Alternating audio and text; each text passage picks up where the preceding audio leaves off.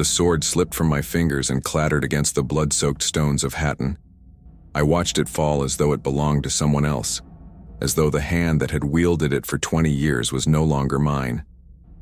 Around me, the battle still raged, steel against steel, screams of dying men, the thunder of hooves, the acrid stench of smoke and death. But I no longer heard it, no longer felt it. I knelt in the dust among the bodies of my brothers, their white mantles stained crimson, their faces turned toward a heaven that had not answered their prayers, and I felt something inside me break so completely that I knew it could never be made whole again. Brother Thomas lay at my feet, his throat opened by a Saracen blade, his eyes still open, still staring. Brother Guillaume was 10 paces beyond him, his body pierced by arrows, fallen defending the true cross that now stood captured in Saladin's hands. 200 knights of the temple had ridden into this cursed valley at dawn. By midday, half were dead, and the rest were prisoners, and I knelt among them, understanding with terrible clarity that God had abandoned us, that everything I had believed for 20 years was a lie, that faith was nothing but words spoken into an indifferent void. They took me with the other survivors to Saladin's tent, where the Sultan sat surrounded by his emirs, his face grave but not unkind as he surveyed the captured knights of the temple and the hospital. We stood in chains, those of us who could still stand, while the wounded lay in rows outside awaiting whatever mercy or judgment would be shown to them. Saladin spoke through his interpreter, offering terms we had heard before: convert to Islam and live, or die faithful to a God who had clearly forsaken us. Around me, brothers began to make their choices. Some stood silent, accepting death rather than apostasy, and I watched as they were led away one by one to the executioner's sword. Others, and this was harder to witness, fell to their knees and spoke the Shahada, renouncing Christ to save their lives, their voices breaking as they traded their souls for a few more years of breathing. I waited for my turn, uncertain which choice I would make, uncertain whether faith I no longer felt was worth dying for. When the interpreter asked for my answer, I opened my mouth, but no words came. I stood there in my chains, mute and broken, and finally I said the only truth I knew. I have no faith left to deny or affirm. Do with me what you will. Saladin studied me with eyes that seemed to see more than I wished to reveal, then spoke words the interpreter translated. A man who has lost his faith is already dead, but a dead man can be given new life if he is willing to seek it. He gestured to his guards, and I expected them to drag me to the execution ground, but instead they led me away from the other prisoners, away from the camp entirely, and left me on the road to Jerusalem with nothing but the clothes on my back and a water skin. Your Sultan shows you mercy you do not deserve, the guard said in broken French. He says to tell you that God is not found in victory or defeat, but in the searching. Go and search, if you have courage for it, or die in the desert like the faithless dog you are. Then they rode away, leaving me alone on the dusty road, the afternoon sun beating down like God's judgment. And I stood there for a long time trying to understand why I had been spared, what I was supposed to do with this gift I had not asked for and did not want. I walked because there was nothing else to do. Jerusalem was 3 days south, but I could not go there. The city would fall within weeks, everyone knew this, and I had no stomach for witnessing another defeat, another proof of God's absence or indifference. So I turned north instead, toward the mountains, toward the Christian holdings that still remained, toward nothing in particular except away from the battlefield where my faith had died along with my brothers. I walked through villages emptied by war, past fields gone to ruin, through lands that had once been contested but now belonged definitively to Saladin's expanding domain. I met refugees fleeing toward the coast, families carrying what little they could save, and they looked at me with my torn surcoat and my empty scabbard and my haunted eyes. And they asked me for news of the battle, for hope that the Saracens might yet be turned back. I had no hope to give them. I told them the truth, that the army was destroyed, that the true cross was captured, that they should flee while they still could, because no one was coming to save them. No miracle would deliver them. No God was watching over the faithful remnant of Outremer. Some wept at my words. Others cursed me for speaking them. I walked on, indifferent to their reactions, hollowed out by loss, moving through the world like a ghost among the living. I do not know how long I wandered. Days became weeks. Weeks perhaps became months. I survived by begging, by stealing what I needed from abandoned farms, by the occasional charity of monks or peasants who saw my tattered surcoat and believed I was still a holy warrior deserving of their aid. I did not correct them, did not tell them I was nothing now, neither holy nor warrior, just a broken man stumbling through a broken land. I avoided other Templars when I encountered them, avoided all of my former brothers, unable to bear their faith or their questions or their assumptions that I remained one of them. I was not one of them anymore. I was not one of anything. I had no purpose, no direction, no beliefs to guide me. I existed, nothing more, and existence felt like punishment for crimes I could not name but knew I must have committed to deserve this emptiness, this complete severance from everything that had once given my life meaning. At night, I sometimes tried to pray, more from habit than conviction, but the words died in my throat, tasting of ashes and futility. If God existed, He did not care to hear from me. If He did not exist, prayer was simply madness, talking to nothing, and I was already close enough to madness without adding that burden. I came eventually to a small fortress in the mountains north of Tripoli, a poor place manned by a handful of knights and sergeants tasked with guarding a road that no longer mattered to anyone. They took me in because I wore the remains of a Templar surcoat, because I told them I had survived Hatton, because they were desperate for any man who could hold a sword, even if that man was clearly damaged in ways that went deeper than the body. The Castellan was a grizzled old warrior named Brother Michel, a man who had served in Outremer for 30 years, who had seen every disaster and defeat that had befallen the kingdom of Jerusalem. He looked at me with knowing eyes and asked no questions I did not volunteer to answer, simply gave me a place to sleep and simple work to fill my days, standing watch on the walls, repairing weapons, tending the small garden that provided vegetables for our meager table. I was grateful for the routine, for the way it numbed my mind, for the blessed emptiness of days spent in simple labor that required no thought and no faith.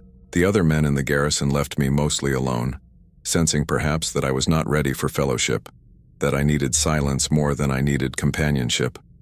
But Brother Michel would not let me hide forever.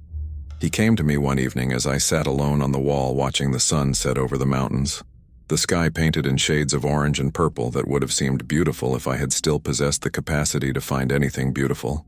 He sat beside me without speaking for a long time, then finally said, "I have seen many men in your condition over the years, men who lost their faith when they saw what war truly is, when they watched their brothers die for a cause that seemed to make no difference when they realized God does not intervene to save the righteous from the sword. Some of those men took their own lives. Some turned to drink or other escapes. Some simply disappeared into the wilderness and were never seen again. A few found their way back to faith, though never the same faith they had lost. Which kind of man will you be?" I did not answer him. I had no answer to give. He continued, "You think God abandoned you at Hatton, but what if you abandoned God? What if your faith was built on the expectation that He would give you victory, would protect you from suffering, would reward your service with triumph? That is not faith, brother. That is bargaining. That is expecting God to be your servant rather than you being His." His words angered me, which was the first real emotion I had felt since the battle. "Where was He?" I demanded. "Where was God when Brother Thomas died? When Guillaume fell defending the cross? When 200 of the finest knights in Christendom were slaughtered or enslaved because we believed He would give us victory? Tell me where He was, and perhaps I will consider whether my faith was insufficient or His presence was absent." Brother Michel met my anger without flinching. "He was where He has always been," he said quietly, "suffering alongside you, dying alongside your brothers. Christ did not promise you victory, brother. He promised you a cross. He told you to take it up and follow Him, not to expect that carrying it would be easy or would lead to worldly triumph. You are angry because God did not give you what you wanted. But faith is not about getting what we want. It is about trusting Him even when we lose everything, even when we die in defeat, even when His purpose is so far beyond our understanding that it looks from our limited perspective like abandonment or cruelty. I wanted to reject his words, to tell him he was wrong, to cling to my anger and my emptiness because they were all I had left. But something in what he said pierced the armor of my despair, found its way to a place inside me that I thought had died at Hatton. I said nothing more that evening, but I did not forget his words, carried them with me through the days that followed like a seed planted in barren ground. War came to our small fortress 3 months after I arrived. A raiding party of Saracen warriors, 100 strong, swept through the region pillaging Christian villages, and they came eventually to our walls seeking whatever plunder they could extract from us. We were only 15 men, hopelessly outnumbered, and Brother Michel knew we could not hold against a determined assault. He gathered us in the chapel and spoke with the calm of a man who had already made his peace with death. "We will not surrender. We will not abandon these walls while we still draw breath. Some of you will die today, perhaps all of us, but we will die as knights of the temple, true to our vows, faithful to the end. Not because we expect God to reward us with victory, not because we believe our sacrifice will change the course of this war, but because our vows require it, because honor demands it, because this is who we are, regardless of outcome."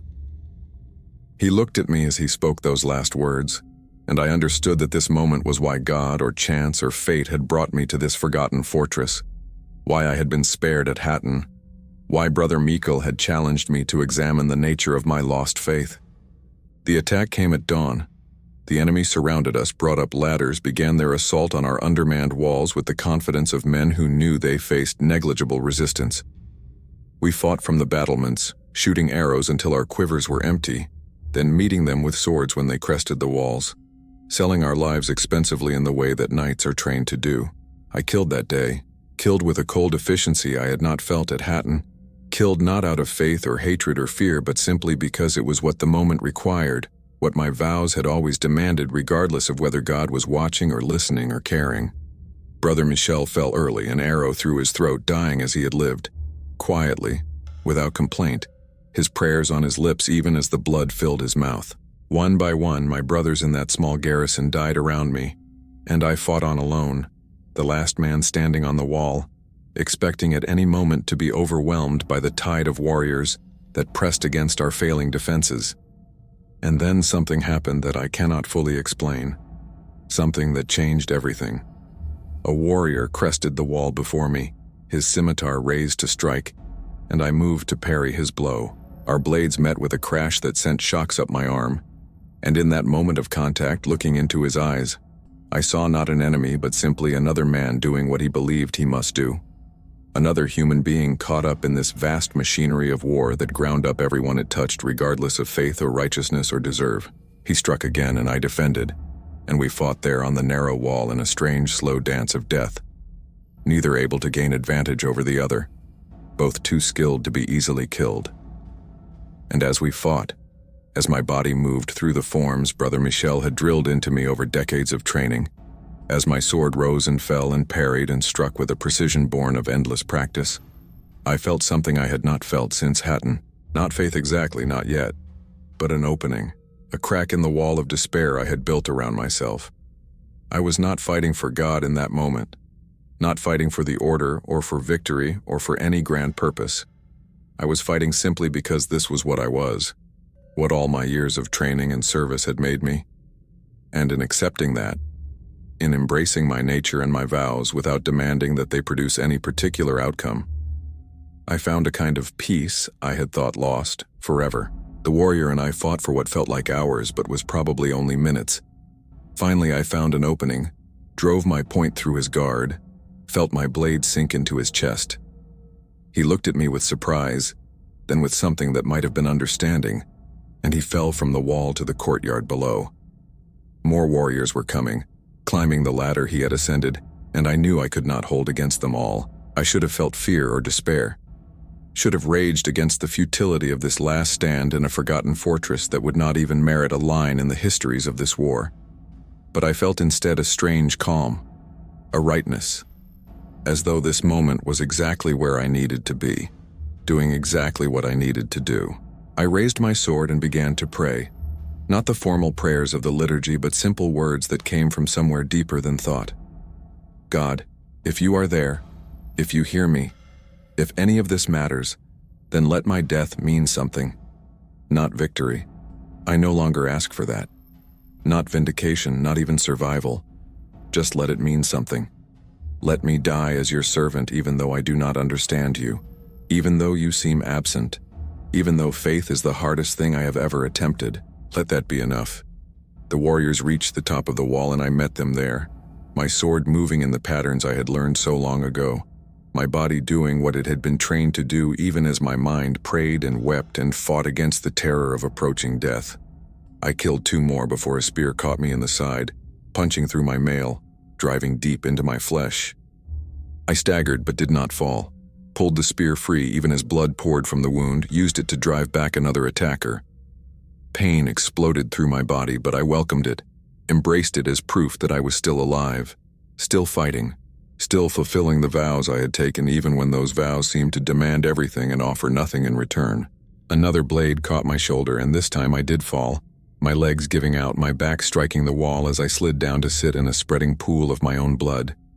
The warriors surrounded me, their weapons raised for the killing blow, and I looked up at them and I smiled. Because I understood finally what Brother Michel had tried to tell me, what I had been unable to hear until this moment. That faith was not about what God gave me, but about what I gave to God. That my vows were meaningful not because they produced victory, but because I had kept them. That serving him was enough even if service led only to defeat and death and apparent futility. The killing blow did not fall. A voice shouted something in Arabic and the warriors stepped back, lowering their weapons. An officer appeared, a man whose rich armor and bearing marked him as someone of importance, and he looked down at me with an expression I could not read. He spoke in Arabic to his men, then in careful French to me. "Why do you smile, Christian? You are defeated, dying, alone. Your brothers are dead, your fortress fallen. Why do you smile?" I thought about his question, trying to find words for what I had discovered in those final moments of combat. "Because I understand finally what I lost at Hatton," I said, my voice weak but clear. "I lost faith that was conditional, faith that depended on victory, faith built on the expectation that God would give me what I wanted. But here, dying in this forgotten place, keeping my vows when keeping them gains me nothing, I have found faith that is real. Faith that serves regardless of outcome, that trusts even in the darkness, that accepts that I may never understand his purpose but serves him anyway.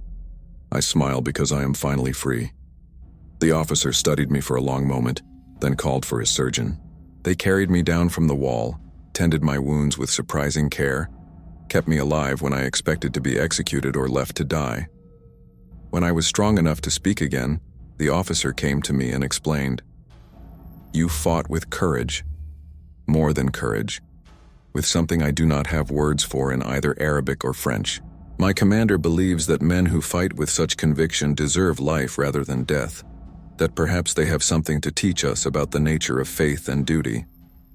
They kept me prisoner for 3 months while my wounds healed, and in that time I learned something unexpected, that Saladin's warriors prayed 5 times daily with a devotion that shamed my own former practice, that they fought not from hatred of Christians but from conviction that they served God in retaking lands they believed belonged to Islam, that their faith was as sincere and deep as anything I had known among my brother Templars. This troubled me, forced me to question assumptions I had never examined, made me wonder whether God heard the prayers of both sides in this war or neither side, whether faith was measured by conviction or by correctness, whether any of us truly understood the will of the divine we claimed to serve. They released me eventually, returning me to Christian territory with the same inexplicable mercy Saladin had shown me after Hatton. I made my way south to Acre, the last great Christian stronghold, where I sought out what remained of the Templar order in Outremer. The Grand Master listened to my story, all of it, from Hatton to the small fortress to my capture and release. And when I had finished, he was quiet for a long time. Then he said, "You lost your faith and found it again. That is no small thing. But the faith you found is not the faith you lost, is it? I shook my head. No, Grandmaster, the faith I lost was easy, built on certainty and expectation of reward. The faith I found is harder, built on nothing but the decision to trust and serve, even when I understand nothing, even when God seems absent, even when faith itself feels like madness. I do not know if this makes me a better knight or a worse one, but it is all I have. He smiled, a rare expression on his weathered face. It makes you a wiser one, he said, and wisdom is perhaps more valuable than the easy certainty of youth. Will you take up your vows again, knowing what they cost, knowing that they promise nothing except the chance to serve? I knelt before him there in the chapel of the Acre Temple, and I spoke the words I had spoken once before in my youth, but this time I spoke them with full knowledge of their weight.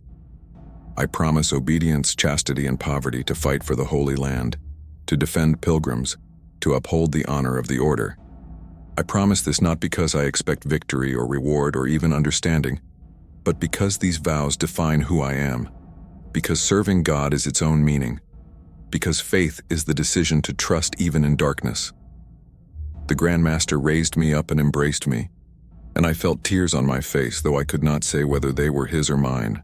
I served in the order for another 10 years after that day, fought in battles won and lost, saw the slow erosion of everything we had fought to hold, witnessed the final fall of Acre and the end of the Crusader kingdoms in the Holy Land. I survived it all, though many brothers I loved did not, and I returned eventually to France an old man, my body broken by war, my faith intact, but forever changed by the journey that had carried me from certainty to despair, to a deeper, harder trust in God's purpose, even when that purpose remained hidden from my eyes. I am old now, my days of fighting long past, my body bearing the scars of 50 years of war. I spend my time in prayer and in teaching young knights who still dream of glory, trying to prepare them for the reality of service, for the truth that faith is tested not in victory, but in defeat, not when God seems present, but when he seems most absent. I tell them about Hatton, about the small fortress, about the moment I discovered that faith is not certainty but decision, not reward but sacrifice freely given. Some understand, most do not, at least not until they face their own moments of testing, their own dark nights when everything they believed is stripped away and they must choose whether to surrender to despair or to trust in something beyond their understanding. I pray they choose trust as I did, because that choice is the only thing that has ever given my life meaning, the only thing that carried me through decades of loss and suffering and doubt. I broke on that battlefield at Hatton, lost everything I thought I knew about God and faith and purpose. But in breaking, in losing, in discovering that my faith had been built on sand, I found something more solid beneath it, not answers or certainty or even understanding, but simply the decision to serve, to trust, to believe even when belief is the hardest thing imaginable. That is faith, I know now. Not the absence of doubt, but the presence of commitment, despite doubt. Not the reward for service, but service itself as its own reward. I lost everything on that battlefield, and in losing everything, I found God, not the God I expected, not the God I wanted, but the God who was there all along, waiting for me to stop demanding answers and simply learn to trust. That was enough then. It is enough now. It will be enough when I die and finally understand, or fail to understand, or discover that understanding was never the point. Non nobis Domine. Not unto us, O Lord, but to thy name give glory. These words mean more to me now than they ever did in my youth, because now I know their true cost and their true value. Faith is not what we gain, but what we give, and I have given everything, held nothing back, surrendered all my demands and expectations and certainties, and in that surrender found the only peace I will ever know in this life or the next.